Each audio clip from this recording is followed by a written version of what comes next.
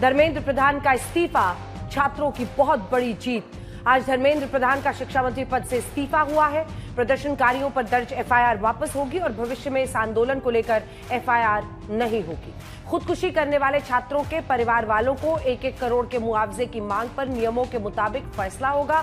CJP की तीनों मांगों पर सरकार की रजामंदी के साथ ही जंतर मंतर पर 20 जून से चले आ रहे धरने को खत्म करने का ऐलान हो गया है। धर्मेंद्र प्रधान ने आज जब चिट्ठी लिखकर शिक्षा मंत्री पद से इस्तीफा का ऐलान किया, उन्होंने कहा कि पिछले 10 दिनों के घटनाक्रम से दुखी हैं। ये मेरे व्यक्तिगत प्रतिष्ठा का विषय नहीं है और इस वजह से वो इस्तीफा दे रहे हैं। धर्मेंद्र प्रधान का इस्तीफा प्रदर्शनकारी छात्रों के लिए तो बड़ी जीत है। उधर राहुल गांधी से लेकर अखिलेश यादव जैसे नेताओं ने इस इस्तीफे के बाद सरकार पर हमला बढ़ा दिया है। राहुल गांधी अभी भी प्रधानमंत्री मोदी से माफी की मांग पर अड़े हैं। सवाल यह है कि पेपर लीक के मुद्दे पर सीजेपी का धरना तो खत्म हो गया, लेकिन क्या अभी राजनीति की पिक्चर बाकी है? देखिए, सोमवार को संसद में जो संशोधित बिल है पेपर लीक वाला वो आना है, तो पेपर लीक रोकने के लिए नया बिल जो आ रहा है उस पर क्या रुख रहता है विपक्ष का? क्या विपक्ष का हंगामा थमेगा? कुछ सार्थक इस देश की संसद में होगा? प्रधान का इस्तीफा, युवाओं की जीत, हम करेंगे इस पर चर्चा। लेकिन राजनीति में आगे क्या? चर्चा के पहले ये रिपोर्ट।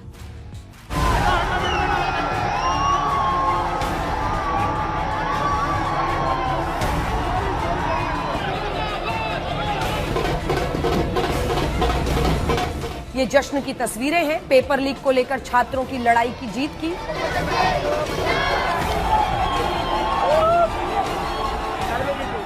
ये खुशी है उस उम्मीद की जहां छात्रों के भविष्य से खिलवाड़ किया जा रहा था।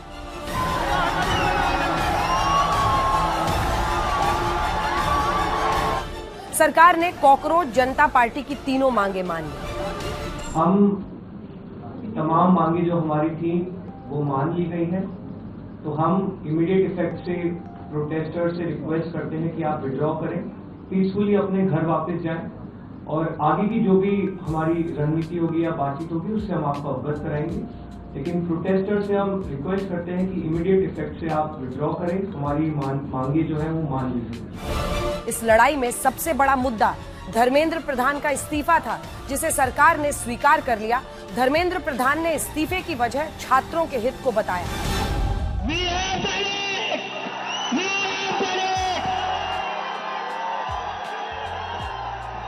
धर्मेंद्र प्रधान ने रिजाइन कर दिया है। क्या कहते थे ये? क्या कहते थे? इस सरकार में इस्तीफे नहीं होते। क्या कहते थे? इस सरकार में इस्तीफे नहीं होते। हम कहना चाहते, झुकती है दुनिया, झुकाने वाला चाहिए। देश का युवा जब बाहर निकल आया तब उसने बोला इस्तीफा भी होगा, पुलिस वालों पे एफआईआर भी होगा और सरकार भी झुकेगी। अब सवाल ये कि क्या धर्मेंद्र प्रधान के इस्तीफे के साथ ही पेपर लीक की समस्या खत्म हो जाएगी या अभी सरकार को इसके खिलाफ एक बड़ी लड़ाई लड़नी है? सोमवार को संसद में सख्त कानून लाने की तैयारी है। It's also a signal to other parts of society, farmers, laborers, poor people, anybody who this regime is attacking and oppressing. There is wisdom and courage in standing up. डरो मत, let's get rid of this regime. ये जिद क्यों थी आखिरकार? अगर यही करना था तो बच्चों से बात करके, बुला करके ये फैसला पहले ही ले लिया जा सकता था। ये बड़ी जीत है नई पीढ़ी के लोगों की और सरकार को ये बात समझ लेनी चाहिए कि परीक्षा को लेकर के, शिक्षा को लेकर के, और कौन सी शिक्षा, प्राइमरी एजुकेशन से लेकर के हायर एजुकेशन तक पर सरकार को बहुत गंभीरता से सोचना पड़ेगा। I believe that this is a victory for the youth of India. I am so proud of each one of them. Pellet guns were fired at them. Tear gas was fired at them. They were beaten with lathis. They had injuries, serious injuries, but they did not bend. The government had to bend to their will. हमारे देश के युवाओं को, Gen Z को बहुत बधाई। बहुत खुशी की बात है, आप लोगों का संघर्ष रंग लाया। धर्मेंद्र प्रधान को अल्टीमेटली इस्तीफा देना पड़ा। ये पूरी डेमोक्रेसी की बहुत बड़ी जीत है। सवाल ये भी है कि क्या ये लड़ाई एक इस्तीफे पर जाकर खत्म हो जाएगी? ये पहला विकेट है, ये पहला विकेट है। यहां नहीं रुकेंगे, अब तो बस शुरुआत हुई है, अभी तो बस शुरुआत हुई है। सड़क पर छात्रों की लड़ाई खत्म हो गई, लेकिन अभी संसद में जंग बाकी है, क्योंकि सरकार सोमवार को पेपर लीक पर सख्त कानून का बिल पास की तैयारी में है। ड्राफ्ट तैयार हो चुका है। वहीं संसद में पेपर लीक पर चर्चा का रास्ता भी साफ हो चुका है, जहां विपक्ष भी धर्मेंद्र प्रधान के इस्तीफे पर अड़ा था। लेकिन इन सब के बीच सबसे बड़ा सवाल, क्या कानून और इस्तीफे से इस समस्या का समाधान निकलेगा? क्या देश में पेपर लीक पूरी तरह से खत्म हो जाएगा? आज तक ब्यूरो। तो सुधांशु त्रिवेदी जी, सांसद, राष्ट्रीय प्रवक्ता भारतीय जनता पार्टी के हमारे साथ जुड़ रहे हैं। आलोक शर्मा, प्रवक्ता कांग्रेस पार्टी के हमारे साथ जुड़ रहे हैं। आशुतोष वर्मा, प्रवक्ता समाजवादी पार्टी के। सत्यप्रकाश मिश्रा कुछ देर में यहां पर पहुंचेंगे और रागी जी और आशुतोष जी लगातार हमारे साथ बने हुए हैं। लेकिन इससे पहले आइए आपको सीधे लिए चलते हैं। मौसमी हमारी सहयोगी इस वक्त हमारे साथ जुड़ रही है। मौसमी, क्या स्थिति है? और अब जबकि आंदोलन खत्म करने का ऐलान कर दिया गया है, किस तरह की स्थिति दिख रही है वहां पर? अजरा, हम 10 जनपद पर खड़े हैं, जहां राहुल गांधी कुछ ही देर में मीडिया से मुखातिब होंगे। ये दूसरी बार होगा जब दिन में वो इस तरीके से मीडिया से 10 जनपद पर ही बात करेंगे। और आपको बता दें कि सुबह उन्होंने एक मांग जो करी थी, जो तीसरी मांग थी कि प्रधानमंत्री इसमें माफीनामा दे, प्रधानमंत्री जो है माफी मांगे। उसके बारे में हमने प्रेस वार्ता में नहीं सुना। क्या हो सकता है राहुल गांधी उसको लेके, इस पूरी मांग को लेके संसद में जो है विपक्ष की तरफ से सरकार पर दबाव बनाए कि छात्रों की पिटाई हुई, पुलिस की बर्बरता हुई। दूसरी बात, बिल को लेकर भी जो संशोधन आ रहा है उसको लेकर भी लगातार पेचीदगियां बनी हुई हैं। विपक्ष उसको लेकर भी सरकार को घेरने का काम कर सकता है। अभी आप देखिए कि पूरे माइक लग गए हैं, तमाम मीडिया यहाँ पे मौजूद है। एक दिन पहले भी राहुल गांधी ने यहीं पर साहिल, जिनको पैलेट गन से चोट लगी थी, उन पर जो है प्रेस वार्ता की थी। और लगातार यहाँ पे राहुल गांधी दबाव बनाते हुए सरकार के ऊपर। प्रियंका गांधी का भी रिएक्शन वायनाड से आया। और छात्र, जाहिर तौर पे छात्रों के इस आंदोलन को कांग्रेस क्रेडिट तो दे रही है, लेकिन सियासी रूप से उनको लगता है लड़ाई अभी बाकी है। बिल्कुल, और ये दिलचस्प है क्योंकि देखिए, कॉकरोच जनता पार्टी का, आप तो एक बार पहले अपने दर्शकों को दिखा दें ये तस्वीर जो दिखा रहे थे कुछ देर पहले हाथ मिलाने की, क्योंकि पहले बैठक होती है। सबसे पहले धर्मेंद्र प्रधान का इस्तीफा, वो इस्तीफा जिस पर छात्र अड़े हुए थे, कॉकरोच जनता पार्टी अड़ी हुई थी, वो इस्तीफे की खबर आती है। और उस इस्तीफे के आने की खबर के फौरन बाद 3 बड़ी बैठकें होती है। एक तरफ प्रधानमंत्री नरेंद्र मोदी की बैठक होती है गृहमंत्री अमित शाह से, और उसके बाद से अमित शाह एक बैठक करते हैं डॉक्टर जितेंद्र सिंह और जेपी नड्डा जी से।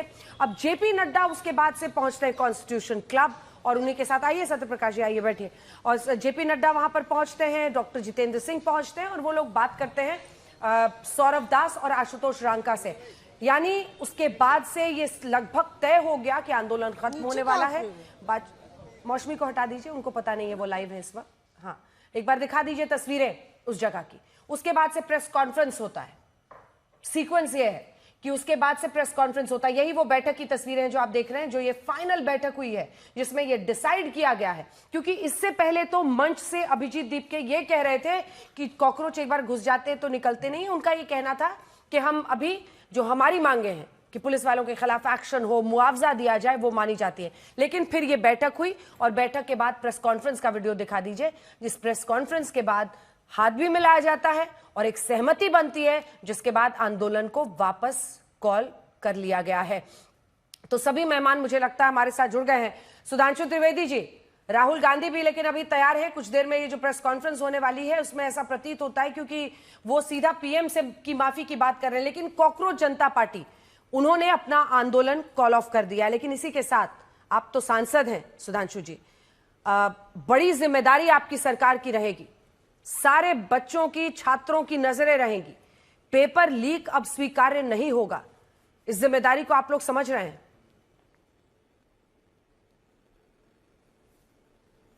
देखिए, इस पूरे घटनाक्रम के 2 पक्ष हैं, नैतिक और तकनीकी पक्ष।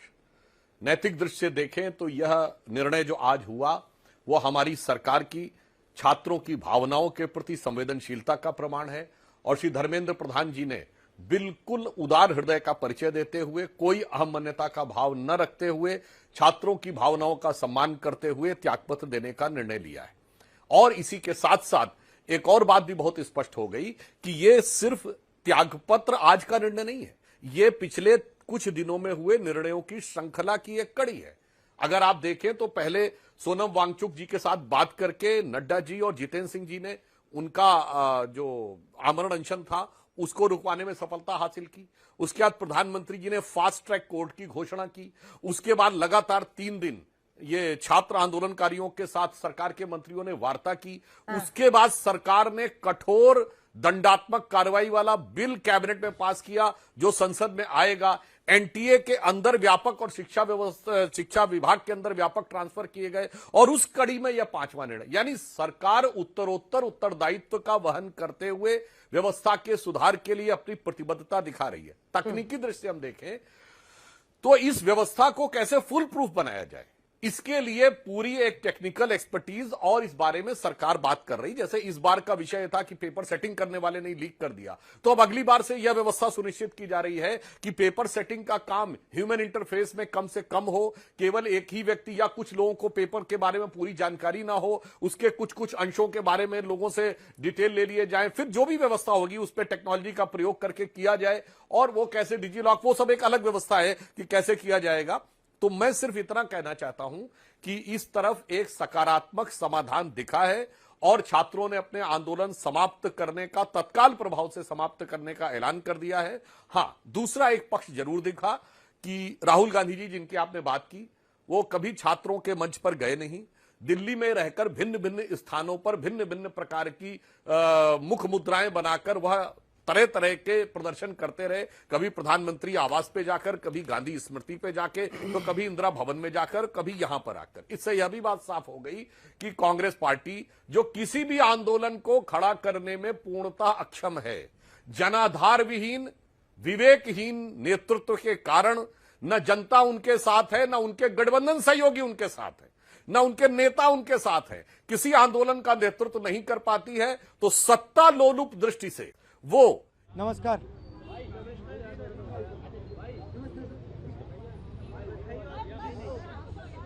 थोड़ा सा भैया हो जाओ पीछे।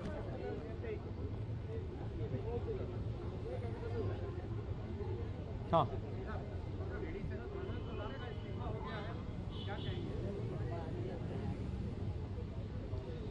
सबसे पहले ये जो हमारे स्टूडेंट्स हैं, इनकी विक्ट्री है, इनकी जीत है। जो हिंदुस्तान का फ्यूचर है,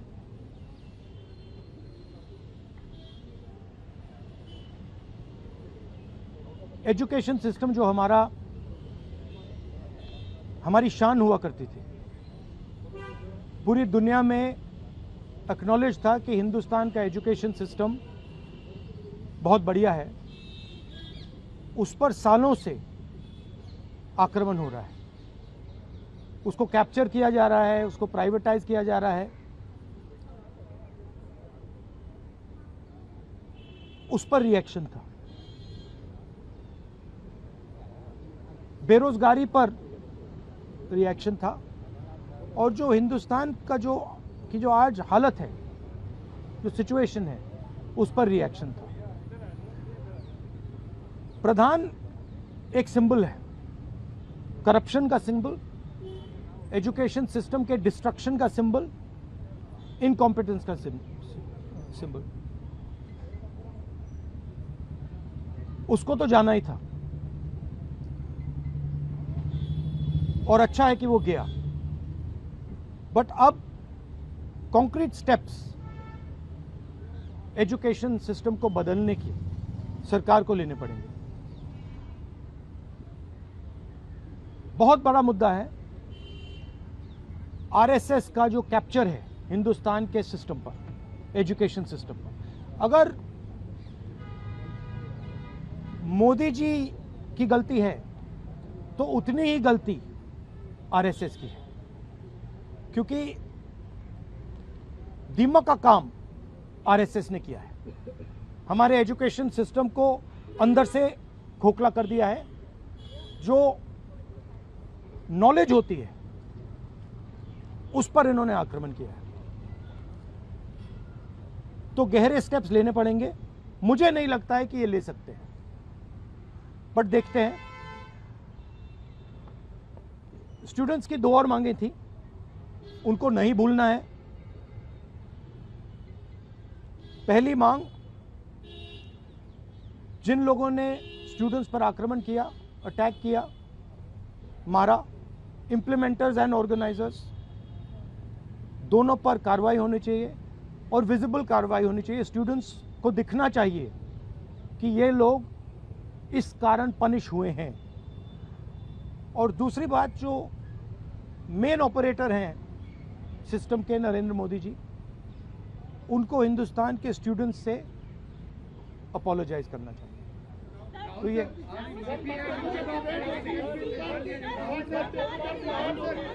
भैया देखिए, एक करके, one at a time. I can't hear.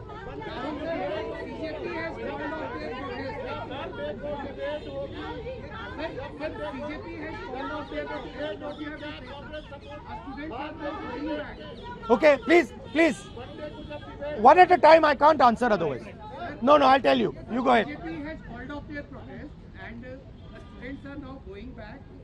Their 2 demands, sir, as you mentioned, that has been not fulfilled.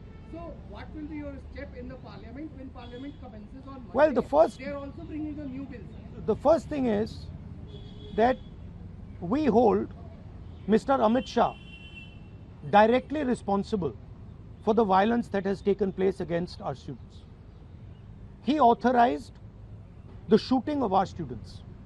He authorized the use of lethal weapons, pellet guns on our students. So that for us is a fundamental issue. We will not accept our own forces shooting the future of India. So that is going to be a major issue in Parliament. Of course, the students, as I said, have also got the demand of an apology from the Prime Minister. Look,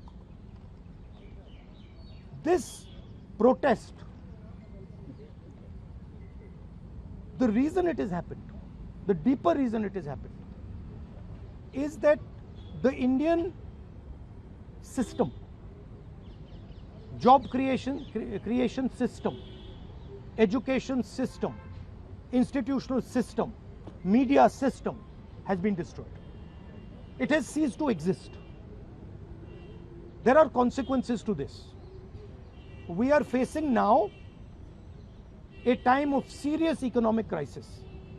And in times of serious economic crisis, you need that system. So, the government should be aware that what has happened here is just one step in a very deep problem. Right? So the government needs to start listening to what the people of India are saying. And this is a warning to them. This is a warning from the students of India, this is a warning from the opposition, that you cannot run India the way you have been running. This is not your personal fiefdom.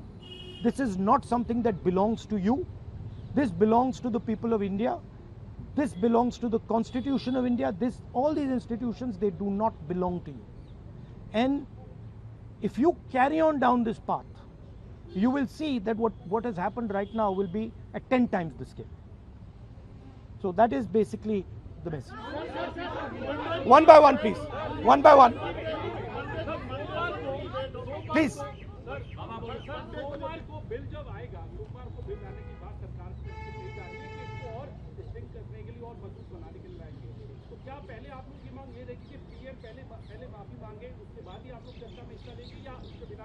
देखिए, इसमें हमारा Congress party का central principal है कि हम ये जो सवाल हैं, हमारी जो मीटिंग होती है ऑपोजिशन के साथ, उस मीटिंग में हम रेज करते हैं और जो ऑपोजिशन का कंसेंसस बनता है उस पर हम डिसीजन लेते हैं पार्लियामेंट में. That is our discipline, that is our way of functioning. तो I cannot answer this question right now. धरने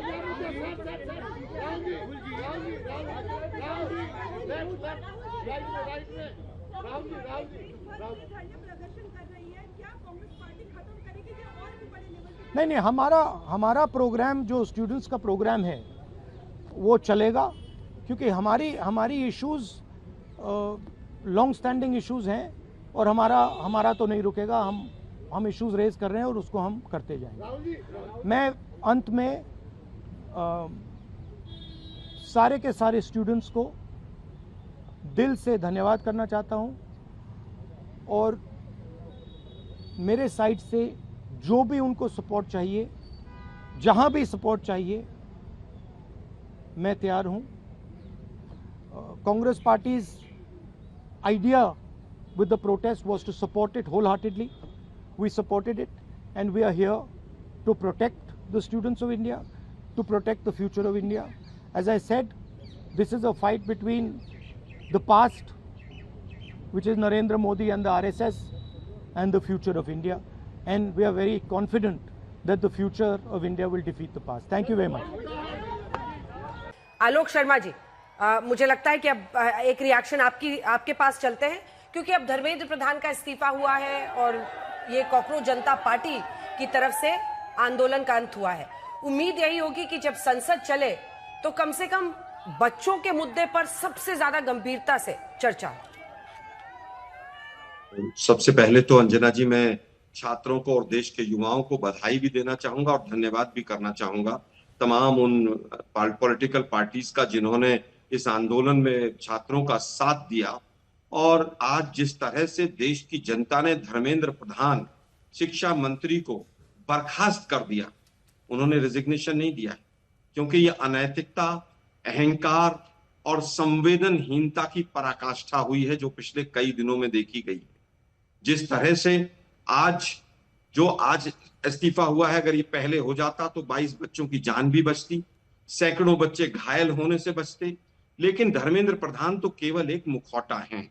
सिस्टम से लड़ाई सिस्टम से है जो टूल किट चलाता है। आज छात्रों की गूंज ने अहंकार की दीवार को गिरा दिया, घमंड टूटते हुए पूरे देश ने देखा। लेकिन मैं फिर कहूंगा, बहुत देर कर दी आते आते हुजूर आला। ये बच्चों की जो 22 बच्चे हैं, उनके माँ बाप जो हैं वो आज किस अवस्था में होंगे, और जो सैकड़ों बच्चे हॉस्पिटल में पैलेट गन और लाठियों खा के जो हॉस्पिटल में बैठे हुए हैं, उनके ऊपर क्या बीत रही होगी, ये पूरा देश देख रहा है। मोदी जी ने तमाम चीजें चलाई।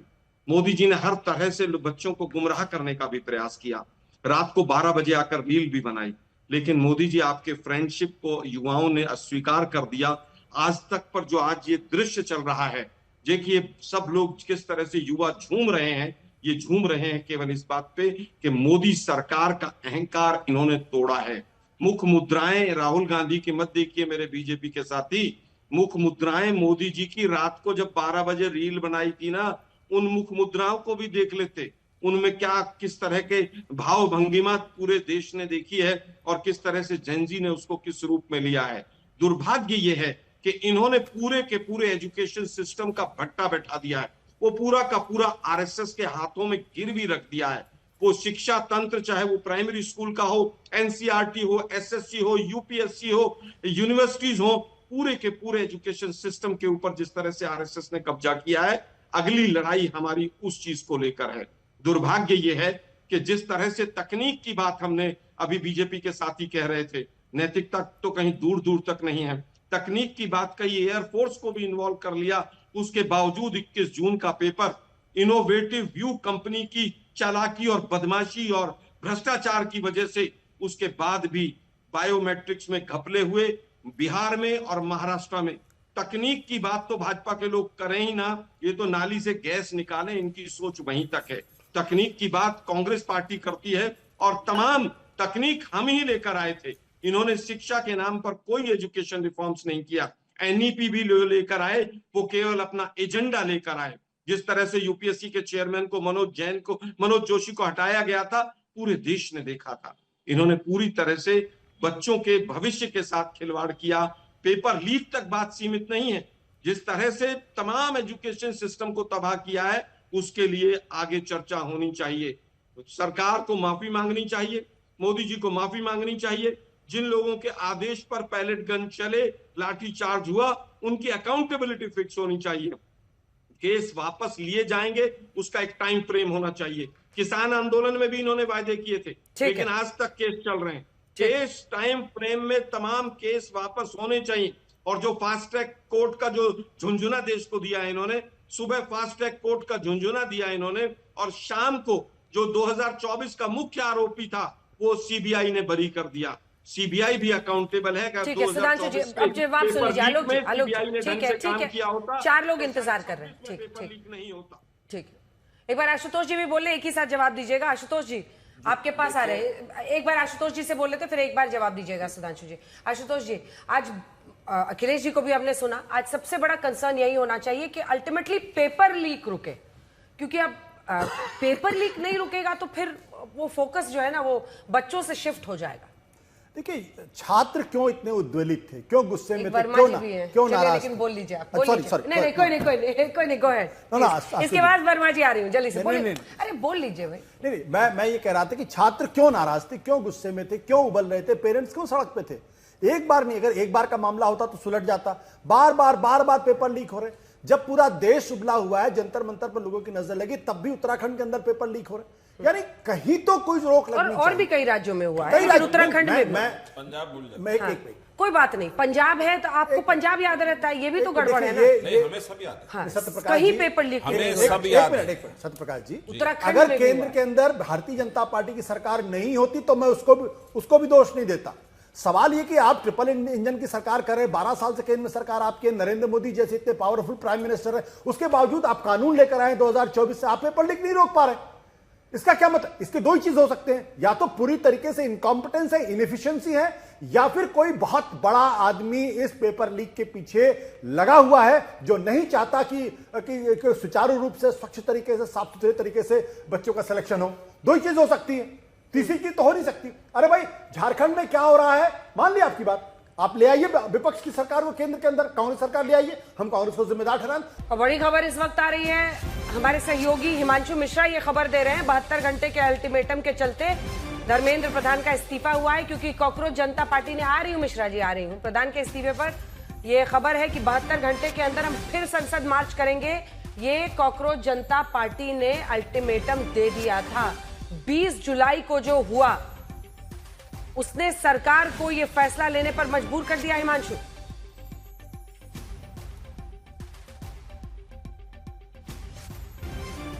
हिमांशु आवाज आ रही है?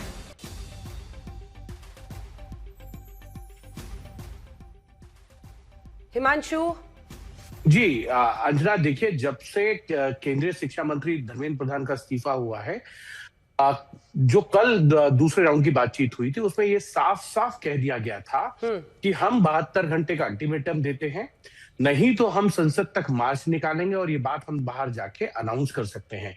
सरकार की तरफ से 2 मांगे जो है उनकी लगभग मान ली गई थी, प्रिंसिपली एग्री हो गए थे, जिनमें केस वापसी और उसके साथ साथ जो है मुआवजे की बात, जिन बच्चों ने सुसाइड किया है उसका अमाउंट तय नहीं हुआ था। सीजेपी के जो प्रतिनिधि हैं वो ये कह रहे थे 1 करोड़ में, सरकार की तरफ से कहा जो भी होगा हम आपको बता देंगे। और तीसरी जो सबसे बड़ी मांग थी वो थी धर्मेंद्र प्रधान का इस्तीफा। उन्होंने कहा इससे कम पर हम नहीं मानेंगे, अपने 2 मांगे मानने के लिए तैयार है, लेकिन तीसरी नहीं मानेंगे तो हमारे लिए भी मजबूरी है, हमको 72 घंटे में जो है नया एक मार्च की घोषणा करनी है। अब तय कर लीजिए, हम बाहर जाके घोषणा करते हैं, ये कहा गया, आप मत कीजिए, हम बात करेंगे, फिर आपसे बातचीत करके जो भी अपडेट होगा वो बताया जाएगा। आज तीसरे राउंड की बातचीत जो है वो होनी थी 3:30 बजे, लेकिन उससे पहले 2:17-18 पर जो है धर्मेंद्र प्रधान ने ये एक्स पर पोस्ट करके जो है वो बताया कि उन्होंने छात्रों की भावनाओं को सम्मान करते हुए जो है वो इस्तीफा दिया है। उन्होंने पहले दिन से ये कहा था कि वो अकाउंटेबल है, उन्होंने जिम्मेदारी ली थी और जो भी संभव हो सकता था वो सभी काम किए हैं। उन्होंने ये भी कहा कुछ राष्ट्र विरोधी ताकतें छात्रों के प्रदर्शन का फायदा उठा सकती थी, इसीलिए वो इस्तीफा दिया है उन्होंने।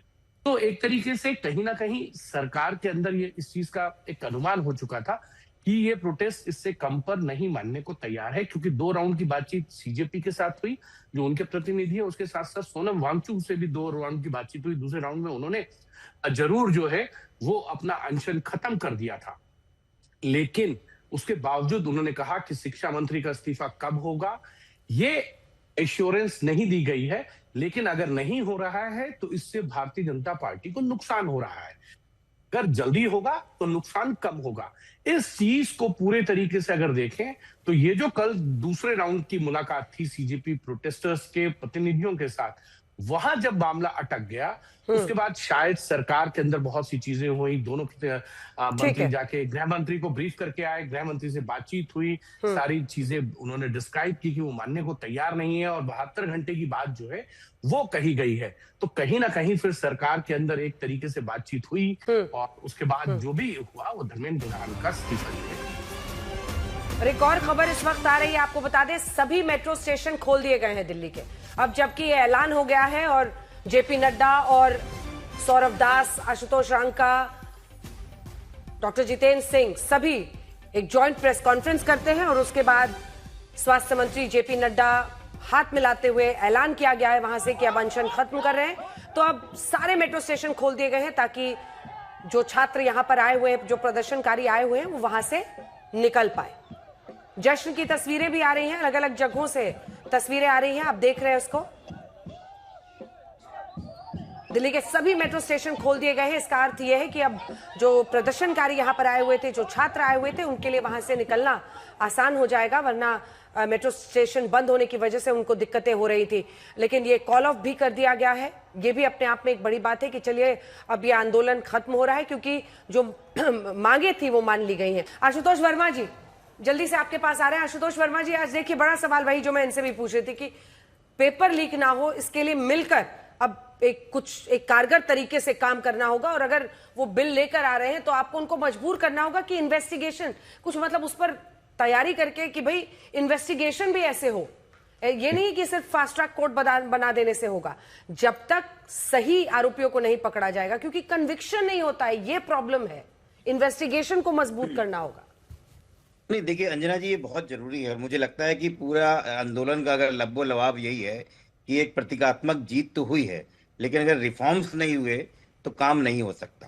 एक बड़ी सरकार की एक बात समझनी होगी, ये सरकार जो है ये प्रतिक्रियात्मक हो गई है, ये प्रतीकात्मक हो गई। मतलब अगर जनजी आके आंदोलन ना करते तो ये नीट की परीक्षा के ऊपर कोई डिस्कशन ही नहीं होता, ये अहंकार चलता रहता और ऐसे ही लगातार और पेपर लीक होते रहते, बच्चे परेशान होते रहते, सुसाइड होते रहते, प्रधानमंत्री ऐसे ही मेलोडी करते रहते, किसी को कोई फर्क नहीं पड़ने वाला था। उत्तर प्रदेश में कमोवेश यही हुआ, लगातार चोरी होती जा रही थी अयोध्या मंदिर में। अगर अखिलेश यादव विपक्ष के नेता होके इस बात का रहस्य उद्घाटन ना होता तो चोरी चलती रहती, काम होता रहता। इसका मतलब अब प्रोएक्टिव सरकार नहीं रह गई और सरकार के पास कोई ऐसा रोड मैप नहीं है जो अब वो सरकार बताए कि हम ये करने वाले हैं। आज भी उत्तर प्रदेश में अनसुलझे सवाल कई पेपर लीक के बारे में है।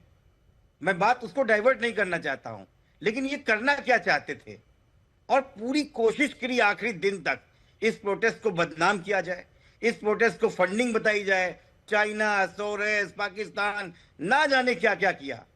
अंतोगत्ता मिनिस्ट्री ऑफ एक्सटर्नल अफेयर्स को आके बोलना पड़ा कि इस प्रोटेस्ट में कहीं से कोई फंडिंग आ रही, मुझे नहीं पता, हमारे पास कोई ऐसी जानकारी नहीं है। लेकिन जबरदस्त AI डीप फेक की तरीके से पूरा भाजपा लगा हुआ था कि गंदी गंदी गालियां दे रहे थे, प्रोटेस्ट नहीं है, ये देशद्रोही है, एंटी नेशनल है, पता नहीं क्या क्या किया। अरे एक बार भी आप नहीं समझ रहे थे ये आपके बच्चे हैं, इनका तरीका अलग हो सकता है, लेकिन आप बात सुनने को तैयार नहीं है। सत्यप्रकाश, मैं देख रहा था, मैं एक मिनट मैं देख रहा था, सुधांशु जी कह रहे थे कि दिशाहीन, नेतृत्वहीन ये लोग विपक्ष के हैं। अरे 2013 के अन्ना आंदोलन में क्या नरेंद्र मोदी चले गए थे, अमित शाह चले गए थे, राजनाथ सिंह चले गए थे? वो दिशाहीन है, वो नेतृत्वहीन है? ये कैसी बातें आप बेकार की बोल रहे हैं? छात्रों के आंदोलन में वहां पे क्या करते राहुल गांधी और अखिलेश यादव खड़े होके? हम लोगों का समर्थन था, सदन में खड़े होकर समर्थन दिया। अगर हम झंडे लेके जाते तो आप कहते देखो ये पॉलिटिकली मोटिवेटेड है। कहीं नहीं थे सुधांशु जी, कहीं नहीं थे। टाइमलाइन में जाइए, सुषमा जी और जेटली जी ने सदन में खड़े होकर अन्ना आंदोलन का सपोर्ट किया था और कहीं नरेंद्र मोदी किसी स्टेज पे नहीं गए थे। इसलिए गलत मत कीजिए, छात्रों बोल रहे कुछ सुधांशु जी जवाब दे रहे हैं। सुधांशु जी वो कह रहे हैं अन्ना आंदोलन में भी तो बीजेपी के नेता नहीं गए थे। ये अलग बात है कि किरण बेदी बाद में बीजेपी के नेता बन गई थी, उमा भारती मंच पे गई थी। अच्छा, आशुतोष जी को याद है उमा भारती मंच पे हम नहीं गए थे, हमने उसके अंदर कोई सहभागिता नहीं की। मगर यहां तो उल्टी बात है, केजरीवाल जी जाएंगे, सुप्रिया सुले जाएंगी, आम आदमी पार्टी जाएगी, अखिलेश यादव जाएंगे और राहुल गांधी नहीं जाएंगे। उससे आपको क्या मतलब है? वो डिस्कशन का मतलब नहीं है। की बातों का क्रमवार उत्तर दे। नीचे थी, मंच पर नहीं। अरे सर, अब पूरी बात सुन लीजिए। अभी सारे देखिए, आज विपक्ष के अंदर की जो मना स्थिति है वो राहुल गांधी जी के वक्तव्य और भाव भंगिमा से आप देखिए कि जिस समय यहां पर अनशन चल रहा था, उस समय वो धरती के अज्ञात स्थान पर आनंद मंगल करते हुए, आमोद प्रमोद करते हुए कहां अंतर ध्यान थे किसी को नहीं पता। अचानक संसद सत्र से शुरू होने से 3-4 दिन पहले साहिब आलम अवतरित होते हैं, दिल्ली के भिन्न भिन्न जगहों पे जाकर स्थानों पे तरह तरह की नाटकीयता करते हैं और वो 10 जनपद के सामने खंभा नोचते हुए दिखाई पड़े। अब मैं दूसरी बात बताना चाहता हूं, जो कुछ भी हुआ ये छात्र आंदोलन को बदनाम करने के लिए इस आंदोलन में अवसरवादी तत्व, अराजक तत्व और अपराधी तत्व तीनों अंदर घुसकर छात्रों के पीछे छुपकर देश की व्यवस्था के अंदर समस्या उत्पन्न करना चाहते थे। उनके मंसूबे नाकाम हो गए। और अंजना जी, मैं कहूंगा, जैसे आपके अभी संवाददाता बोल रहे थे हिमांशु जी, अब इनका स्रोत क्या है मेरे को जानकारी नहीं, मगर ये थोड़ा तर्कसंगत नहीं लगता, क्योंकि आज तो वार्ता शुरू होने से पहले ही धर्मेंद्र प्रधान जी का इस्तीफा हो गया। यदि ये कह रहे हैं कि कल 72 घंटे का अल्टीमेटम हुआ था, तो फिर आज 3:30 बजे के लिए वो तैयारी नहीं होते वार्ता करने के लिए। इसलिए यह बात बहुत तर्कसंगत नहीं लगती है, लॉजिकल नहीं लगती है। खैर, वो जो भी है स्रोत वो अपनी जगह है, मगर मैं सिर्फ इतना ही कहना चाहता हूं कि छात्रों के प्रति हमारी सरकार की संवेदनशीलता और छात्रों को आगे सतर्क रहने की जरूरत है कि आगे से ऐसे कोई सत्ता लोलुप अवसरवादी दल, ऐसे कोई अराजक तत्व, इवन आपराधिक तत्व आपके आंदोलनों में घुसपैठ कर समस्या उत्पन्न करने का प्रयास न करें। जब सरकार आपसे सीधे संवाद के द्वारा समाधान करने के लिए तैयार है, तो निश्चित रूप से अराजकता के द्वारा घमासान उत्पन्न करने का मंसूबा पाले हुए तत्वों के प्रति छात्रों को भी बहुत सतर्क दृष्टि रखने की आवश्यकता है। रागी जी, आप अभी तक नहीं बोल पाए, आप भी बोलिए। अब तो इस्तीफा हो गया है और आप ये बार बार कह रहे हैं कि बहुत देर कर दी आते आते। हाँ, इसके साथ ही मैं मिश्रा जी भी नहीं बोले। दो चीजें बोल देना चाहता हूँ। इस आंदोलन में सीएए, किसान आंदोलन और छात्र आंदोलन, ये तीनों का सम्मिश्रण होने की भूमिका तैयार कर दी गई थी। शाहीन बाग का आंदोलन, किसान आंदोलन, क्योंकि भारतीय किसान, कर रहे हैं आप, प्लीज मुझे बोल लेने दीजिए। नहीं, आप हस्तक्षेप मत कीजिए, मुझे पहले बोल लेने दीजिए। हस्तक्षेप करूंगी इसलिए क्योंकि किसान आंदोलन ने, सुन लीजिए मेरी बात, मेरी बात सुन लीजिए, उसके बाद बोलिएगा। किसान आंदोलन ने कहा, भारतीय किसान यूनियन ने कहा कि 27 से हम भी दिल्ली आ रहे हैं और उसके बाद हम छात्रों के आंदोलन के साथ खड़े होंगे। अगर कोई समर्थन दे रहा है तो क्या गलत है इसमें? तो मैं तो इसीलिए कह रहा हूं कि भाई आप डिस्क्रेडिट करना चाह रहे हैं ना, आप डिस्क्रेडिट करना मत कीजिए और मत कीजिए। मैं आपको कह रही हूं ना, तीनों का सम्मिश्रण होने जा रहा था और ये खतरनाक होता। आप जिनके समर्थक हैं ना, उन्हीं को नुकसान पहुंचाएंगे ये सब बोल के। आप मुझे मत बोलिए भाई, ये इसमें छात्र थे, हो रहा है मैं देख करके तो नहीं बोलूंगा। छात्र थे, मैं इसमें छात्र थे या नहीं थे, आप ये बताइए। छात्र थे तो, लेकिन जो गुंडागर्दी कर रहे तो वो भी छात्र थे। वो तो पुलिस बताएगी। नहीं, पुलिस बताए ना कौन थे। गुंडागर्दी करने वाले भी छात्र थे। 40 साल के लोग भी वहां पर छात्र थे। 36 और 35 साल और 36 साल के लोग भी वहां पर छात्र थे। ठीक है, आप अपनी दुनिया में रहिए। नहीं, हम अपनी दुनिया में नहीं है, लेकिन आप ब्लैंकेट ऐसे मत बोलिए। नहीं, मैं ये मान रही हूँ, लेकिन जिन्होंने उत्पात किया है वो प्रदर्शनकारी ही थे या वो छात्र थे, ये प्रूफ नहीं हुआ है, इसलिए मत ऐसा बोलिए। कुछ लोग ऐसे थे जो वहां पर जानबूझकर डिस्क्रेडिट करना चाह रहे थे इस आंदोलन को। समझिए, छात्र थे तभी तो छात्रों की बात मानी गई। आपका असेसमेंट कैसा है? मंत्री मैं कह रहा हूं कि छात्र आंदोलनकारी छात्र इसका नेतृत्व कर रहे थे, जिसमें बाकी और लोगों की भूमिका थी। क्या समाजवादी पार्टी के कार्यकर्ता वहां पर नहीं थे? क्या वामपंथियों के कार्यकर्ता वहां पर नहीं थे? क्या? ठीक, मैं एक जरूर कहूंगा, राहुल गांधी जी ने कहा छात्रों की बड़ी जीत हुई है। ठीक है, हमारी तरफ से इतना है कि नरेंद्र मोदी सरकार की छात्रों से बहुत प्रीत है और उस प्रीत को निभाएंगे। उन्होंने मांग रखी, सारी मांगे स्वीकार कर ली गई। ये लोकतंत्र है, यहां जनता की बातों को सुना, समझा और स्वीकार किया जाता है।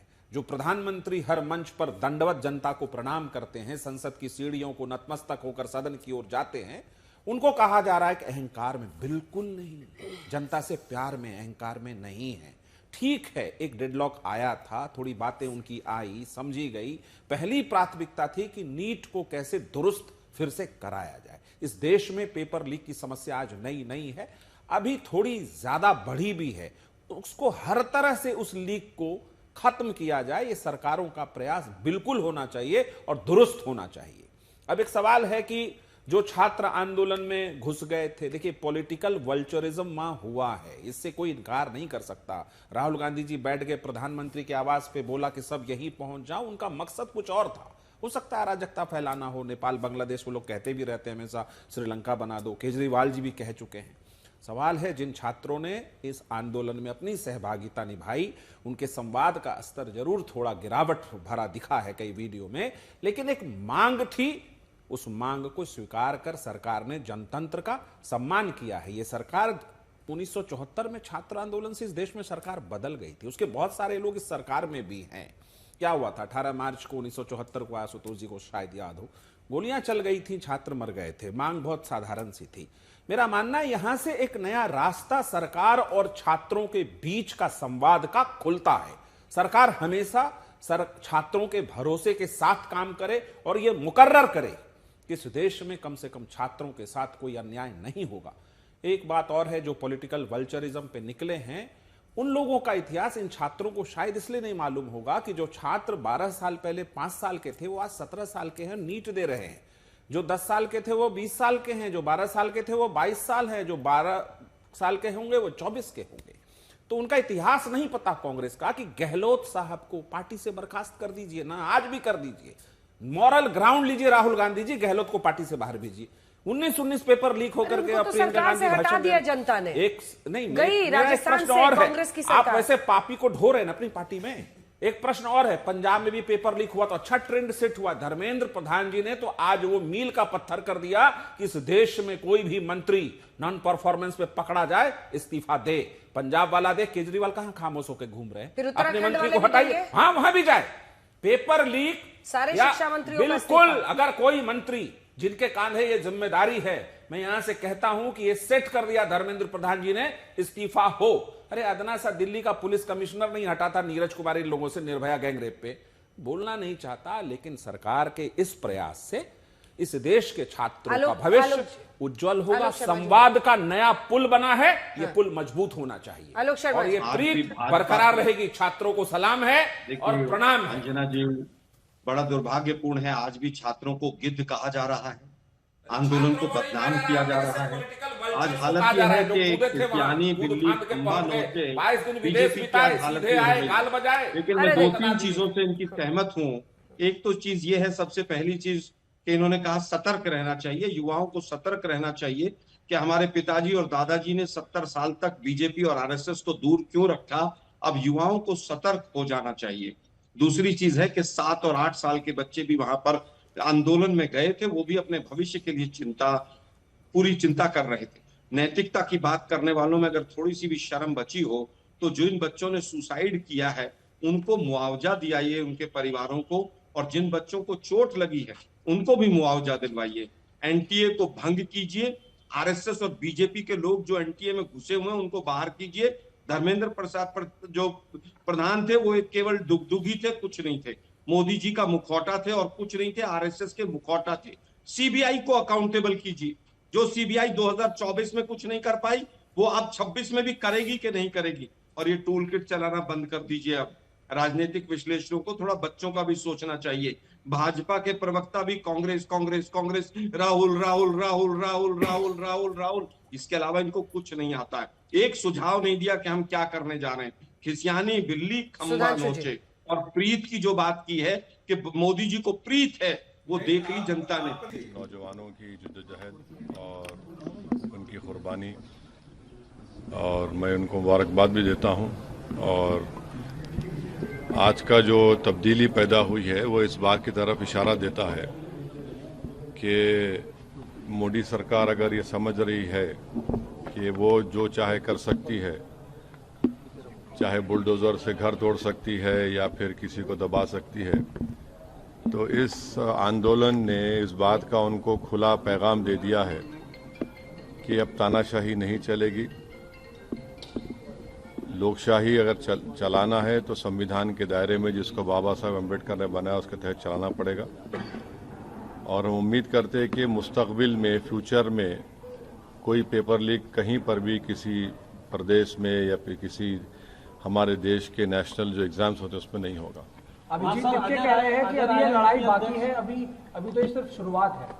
क्या कहा आपने? अभिजीत दिपके कह रहे हैं कि अभी तो ये लड़ाई और भी बाकी है, अभी ये शुरुआत हुई है। प्रोटेस्ट भी सर पहला विकेट गिरा है, प्रोटेस्ट खत्म। हाँ, तो लड़ाई लड़ने का इख्तियार भारत के संविधान ने सबको दिया है और अभी मोदी सरकार के अभी 2 ही साल तो मुकम्मल हुए हैं, तो जाहिर है सबको मिलकर जद्दोजहद करना पड़ेगा।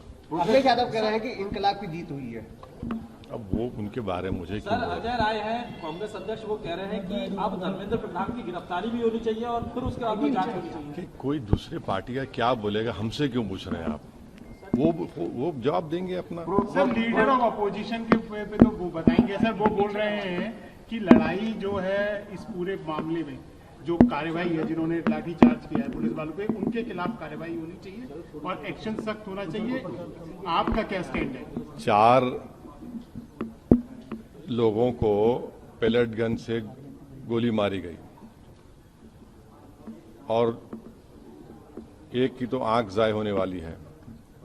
इस पर एक्शन होना जरूरी है कि कैसे पेलेट गन इस्तेमाल किया गया और जिन लड़के लड़कियों का लाठियों से सर फोड़ा गया है वो वीडियो विजुअल तो सारी दुनिया ने देखे हैं और वो मसला दिल्ली हाई कोर्ट में भी गया है, अब शायद सुप्रीम कोर्ट भी उसमें सुनवाई होगी। तो सरकार को चाहिए कि ये कैसे हो रहा है। तो यकीनन ये पेलेट गन आप देखिए कि जब जम्मू कश्मीर में इसको इस्तेमाल किया गया था, करीब मेरे ख्याल से अगर मैं गलत ना कहूँ तो 1000 के ऊपर लोगों को पेलेट गन से मारा गया था। उसमें से 50-60 लोग बिल्कुल देख नहीं सकते हैं। तो पेलेट गन का इस्तेमाल जिन 4 युवाओं पर हुआ है उसकी तो तहकीकात होनी चाहिए। एक तो मंसूरी है जबलपुर मध्य प्रदेश के जो BA MBA करे, एक इसमें कोई आपकी बरादरी का आउटलुक का जर्नलिस्ट है। तो ऐसे कैसे होगा? तो बिल्कुल गलत हुआ है। और जिन लड़कियों को आपने उनसे बदसलूकी की, बल्कि वो तो सेक्सुअल असॉल्ट भी हुआ उनके ऊपर, वो भी कैमरा वीडियोस में कैद है। तो इस पर यकीनन एक्शन होना चाहिए। 36 दिन बाद इस्तीफा आया, इतने कियोस्क के बाद, तो आपको लगता है कि सरकार ने देरी की है इसमें? अब सरकार झुकने के लिए देरी कर दी ना, 36 दिन लगे उनको झुकने के लिए। शिक्षा व्यवस्था में कुछ सुधार अब होना है सर, इसमें किस तरह की? उत्तर प्रदेश में कितने पेपर का लीक हुआ बताइए? कितने पेपर्स का लीक हुआ है? तो हम उम्मीद करते हैं कि ये देखिए, सरकार कह रही है कि 2024 में कानून बनाया पेपर लीक के खिलाफ, उसमें 10 साल और 1 करोड़ का फाइन लगाया। अब आप कह रहे हैं कि 10 करोड़ का फाइन होगा। भाई, पेपर लीक हो क्यों रहा है वो तो देखिए। आप कानून बनाएंगे, ये बनाएंगे। अच्छा, फास्ट ट्रैक कोर्ट तो एक मजाक बन चुका है। 2009 में फास्ट ट्रैक। तो असदुद्दीन ओवैसी भी इस मुद्दे पर बोल रहे थे। एक और खबर इस वक्त आ रही है, हरसिमरत कौर बादल का बयान आया है, पंजाब के शिक्षा मंत्री बर्खास्त हूं। देखिए, आप ये कह रहे थे, जोर से बोल दीजिए थोड़ा। अब ये आम आदमी पार्टी का तो कोई है नहीं यहाँ पर। आप सरकार में 6 शिक्षा घोटाले। मैं तो कह रहा हूँ बर्खास्त होना चाहिए। देश की शिक्षा के साथ, चाहे राज्य के अंदर हो चाहे केंद्र के अंदर हो, जरा सा भी खिलवाड़ बर्दाश्त नहीं, क्योंकि बच्चों के भविष्य के साथ है। जहां कहीं भी पेपर लीक हो रहा है वहां के शिक्षा मंत्री बर्खास्त हो, इस्तीफा दे। नहीं, बर्खास्त हो। ये देखिए, इनकॉम्पिटेंट आदमी। भगवंत मान जी से कह रहे हैं आपकी बर्खास्त करें उनको। मैं भगवंत मान की बात नहीं कर रहा हूं, मैं कह रहा हूं जहां कहीं भी, चाहे झारखंड के अंदर हो, चाहे उत्तराखंड में हो, चाहे पंजाब के अंदर हो, चाहे केंद्र में हो, चाहे हिमाचल प्रदेश में हो, जो कोई भी शिक्षा मंत्री, एक पेपर लीक तो एक इस्तीफा। यस, ये नियम बना है बच्चों के लिए। आप उस बच्चे की तकलीफ नहीं समझते जो बेचारा साल साल भर मेहनत करता है। मैं तो बिल्कुल कहूंगा कि उत्तराखंड में पिछले 1 हफ्ते में 2 पेपर लीक हुए हैं और अगर हमारी सरकार 4 जगह पर है, वहां पर कहीं पर भी कोई दिक्कत होती है, इस तरह की पेपर लीक की बात आती है, वहां पर भी सख्त एक्शन होना चाहिए। और इस्तीफा कोई बड़ी बात नहीं है, होना चाहिए, बर्खास्तगी भी होनी चाहिए। लेकिन रेल एक्सीडेंट में रेल मंत्री का भी इस्तीफा होना चाहिए। रेल मंत्री कितने एक्सीडेंट करवा चुके हैं उसके ऊपर भी होना चाहिए। हर मंत्री की अपनी अकाउंटेबिलिटी होनी चाहिए, चाहे हमारा हो और चाहे भाजपा का हो। कि मोदी जी का विश्व गुरु का जो गुब्बारा है फूट चुका है। अब देश इनसे जानना चाहता है कि वित्त मंत्री की क्या परफॉर्मेंस है। 100 के पार अगर डॉलर जाए तो वित्त मंत्री भी हटनी चाहिए, कितने रेल मंत्री भी हटनी चाहिए था यूपीए काल में, पेट्रोलियम मिनिस्टर भी हटने चाहिए, कपिल सिब्बल आपके शिक्षा मंत्री थे, इस्तीफा दिए थे क्या? कपिल सिब्बल मंत्री थे, इस्तीफा दिए थे, सारे देश मांगे थे राहुल गांधी ने क्या? अगला नंबर गडकरी जी का है, अपने बच्चों का घर बहुत भर लिया है, अगला नंबर गडकरी जी का है और अश्विनी वैष्णव जी का है। सुधांशु जी, देखिए, पहले तो मैं कहना चाहूंगा कि अभी आपने इतना लंबा ओवैसी साहब का बयान दिखाया, तो मजलिसे इत्तेहादुल मुसलमीन के सद्र और बिगड़े दिल शहजादे के शब्द लगभग एक थे। जो बात आलोक जी ने कही तो मैं भी कहना चाहता हूं, शायद आपको याद ही नहीं, कर्नाटक में 4 पेपर लीक हो चुके, सब छोड़िए, परफॉर्मेंस बिल्कुल जनता के सामने नहीं हुआ। हम विपक्ष में थे, गुजरात मॉडल था, मध्य प्रदेश मॉडल था। आज विपक्ष में रहते हुए आप जहां सत्ता में हैं वहां होना चाहिए कि कर्नाटक में, तेलंगाना का, केरल का और क्या मॉडल है, क्या बात सामने। एक सेकंड सुधांशु जी, आलोक जी, आज ही खबर आई है और चली भी है, इसीलिए आपको बता रही हूं कि कर्नाटका में वेटनरी, चूंकि आपने पूछा है तो जो जानकारी है वो यही है, आरोपों के मुताबिक केपीएससी एंट्रेंस एग्जाम में जो रिक्रूटमेंट स्कैम का आरोप लग रहा है कि कर्नाटका वेटनरी डॉक्टर्स का ये आरोप है कि केपीएससी रिक्रूटमेंट स्कैम हुआ है, रिजॉर्ट में एग्जाम लिया गया है और 80 लाख की घूस का आरोप है। तो ये कल की खबर है। देखिए, आरोप है, पेपर लीक नहीं। अगर कहीं पर कोई गलत चीज हुई है उस पर एक्शन होगा। पेपर लीक और किसी तरह का स्कैंडल हुआ उसमें फर्क है, दोनों चीजों में बहुत फर्क है। 21 जून के पेपर वाले दिन इनोवेटिव व्यू ने बायोमेट्रिक में सैकड़ों बच्चों के साथ गबन किया। ठीक है, जो खबर जैसी हमने बता दी आपको, वेटनरी डॉक्टर्स ने बाकायदा विधान सौदा के बाद थाने में एक एफआईआर कर्नाटक में उस पर भी सख्त कार्रवाई होनी चाहिए, एक रिपोर्ट दायर की। ठीक है, जवाब दीजिए सुधांशु जी कि भाई एक पेपर लीक, एक इस्तीफा, ये नियम बनाए जाते हुए मैं सिर्फ एक लाइन कहना चाहता हूं, सुनिए। आरोप प्रत्यारोप से अलग हटकर मैं लाखों दर्शकों के सामने कहता हूं, अब अगले सप्ताह जब हमारी सरकार प्रधानमंत्री मोदी जी के विचार के अनुसार कठोर दंड की प्रावधान करने वाला कानून लाने जा रही है, तो मुझे उम्मीद है कि कम से कम अब विपक्ष का थोड़ा विवेक जागृत होगा और वो उस बिल पर संसद में चर्चा करेंगे ताकि शीघ्रातिशीघ्र वह कानून बने और वह कठोर दंड लागू हो जाए। ये देखने का विचार होगा और सोमवार से प्रयास आज ही तो मैं आशा करता हूं कि इस समय कम से कम आरोप प्रत्यारोप से अलग हटकर संसद बिल्कुल आपकी बात से बिल्कुल पूरी तरह सहमत हूं, पूरी तरह सहमत हूं। आज ही तो देश की जनता ने शिक्षा मंत्री को इनकम्पिटेंसी के चलते हुए बर्खास्त किया। आज ही आप विपक्ष की विवेक की बात कर रहे हैं। विपक्ष हमेशा से विवेकशील रहा है, आप ही लोग विवेकहीन रहे हैं। लेकिन इस बार जेनजी ने, युवाओं ने बता दिया है कि इस बार वो जो 56 इंच का सीना और वो जो फर्जी गुब्बारा फुला रखा था वो सब उतर चुका है। दुर्भाग्य ये है कि आप लोग अभी भी नहीं जाग रहे हैं, अभी भी कांग्रेस कर रहे हैं। एनटीए को भंग करो, सारे आरएसएस के संगी भरे पड़े हैं उसके अंदर, उसको निकालो उनको। वो इनोवेटिव व्यू कंपनी को सीबीआई से जांच करवाओ, जो असली गुनहगार है, जिसके चलते हुए सारी चीजें हो रही हैं। 2-4 टीचर्स को जेल में डाल के आप केवल ये शो कर दें, बाकी सब मगरमच्छों को बचा लें, ये नहीं होगा। मैं ऑन एयर कह रहा हूं, कंपनी का नाम ले रहा हूं, जिसके पास एनटीए की सिक्योरिटी का 10 साल से ठेका है, कौन दे रहा था? विनीत जोशी क्यों हटा? किसकी नजदीकियां थी? धर्मेंद्र प्रधान के नजदीक। देखिए सुधांशु जी, ये मामला अचानक ऐसा नहीं है कि अचानक उठा है, लगातार ऐसा होना, ब्लैक लिस्टेड लोगों को टेंडर मिल जाना, बहुत सारी चीजें हैं जो पूरी तरह से रोकी जा सकती थी।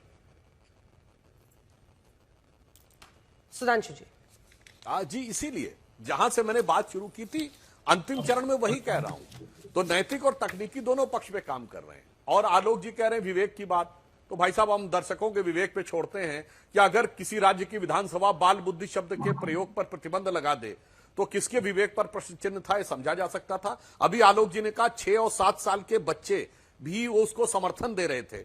अब मैं दर्शकों से पूछता हूं, 6 और 7 साल का बच्चा समर्थन दे रहा था, अब ये किसी की शारीरिक आयु के बारे में बता रहे थे या मानसिक आयु के बारे में, यह भी मैं दर्शकों के विवेक के ऊपर छोड़ता हूं, वह यह समझ सकते मैं उत्तर दे मैं देता हूं सिर्फ इसका। इतना कहना चाहता हूं कि अब ये एक कसौटी होगी विपक्ष की कि अब वो संसद में चलने देती है संसद और अपनी बात संसद के पटल पर रखती है धारदार तरीके से, या फिर भागने का प्रयास करती है, या अगले 48 से 72 घंटे में साफ हो जाएगा। आशुतोष जी जल्दी से। मैं एक ही बात कह रहा हूं, सीधी सी बात वर्मा है, जी, कानून इस देश के अंदर बहुत सारे हैं। निर्भया के बाद भी कानून बना था, क्या महिलाओं के साथ छेड़छाड़ बलात्कार? निर्भया कांड को 7 साल लगे, निर्भया में जस्टिस में 7 साल, जो प्रतीक बना। 2024 में नरेंद्र मोदी की सरकार एक कानून लेकर आई थी, क्यों नहीं उस पर पालन हुआ? आप फिर एक कानून लेकर आ रहे हैं। अरे कानून आप 100 लेकर आइए, कम से कम एग्जीक्यूट कराइए उसको महाराज। जल्दी से सत्यप्रकाश मिश्रा जी और वर्मा जी। कानून रहेगा तभी एक्सक्यूट होगा, कानून और कठोर आएगा, मैसेज स्ट्रांग जाएगा। सरकार ने ठान लिया है पेपर लीक नहीं होने देंगे। रहा धर्मेंद्र जी का इस्तीफा, ठीक है, स्वागत योग्य कदम है, उसमें कोई दिक्कत नहीं। उन्होंने जो लिखा है कि मैं राष्ट्र के और कोई यूज ना कर ले उसके हित में इस्तीफा दे रहा हूं, ट्रेंड सेट हो गया। एक लाइन और, वो जो मुख्यमंत्री और मंत्री लोग जेल चले जाते हैं 30 दिन तक, सबको इस्तीफा नहीं देते, उस बिल पे कांग्रेस वोट करेगी क्या सदन में समर्थन में? मोर अकाउंटेबिलिटी आएगी। जो भ्रष्टाचार में लिप्त मंत्री, आरोपित मंत्री और गवर्नर जो भी पद पर, संवैधानिक पद पर बैठे हैं, उसमें तो कांग्रेस अखिलेश सब भाग खड़े हुए हैं। दीजिए ना समर्थन, 30 दिन में बर्खास्त करेंगे। कोई भी किसी पद पर बैठ के इस देश के लोकतंत्र का मजाक नहीं उड़ाएगा। जेल में बैठे मुख्यमंत्री के साथ आलोक शर्मा हाथ मिला रहे थे दिल्ली के चुनाव में, शर्म तो आई नहीं उस दिन। पंजाब के शिक्षा मंत्री पर उसी तरह चिढ़ा के बोले जैसे उत्तराखंड में बोले। देश का कोई मंत्री भ्रष्ट हो, अगली 30 दिन के जेल में हो, उसकी बर्खास्तगी पर वोट देने का रेजिग्नेशन होना चाहिए। देखिए, मुझे लगता है कि अगली रेल एक्सीडेंट पे अश्वनी वैष्णव का भी इस्तीफा मांगेंगे हमारे मित्र, और अगली आतंकवादी घटना पे, अगले पहलगांव और पुलवामा पे और दिल्ली के लाल किले के ब्लास्ट पे अमित शाह जी का भी इस्तीफा मांगा जाएगा। नीतीश कुमार तो लालू जी को रेल मंत्री बनाए थे, मांगिएगा, श्वेत पत्र जरूर मांगिएगा। हमारे समय में घोटाला करके गए, नौकरी के बदले जमीन, शर्म तो आती नहीं है। बेशर्म यूपीए सरकार को शर्म आई नहीं, जनता ने बता दिया कर दिया। अब आए हैं, चलिए आप लोग लड़ाई करते रहिए, अब थोड़ा सा घर में भी जाके लड़िएगा, कितना टीवी पर लड़िएगा। बच्चे आप सबको आंक रहे हैं, सबको माप रहे हैं, और ये देखेंगे कि उनके मुद्दों के प्रति ईमानदार अंत में कौन निकलता है। पेपर लीक रोकना ही होगा, कोई विकल्प नहीं है।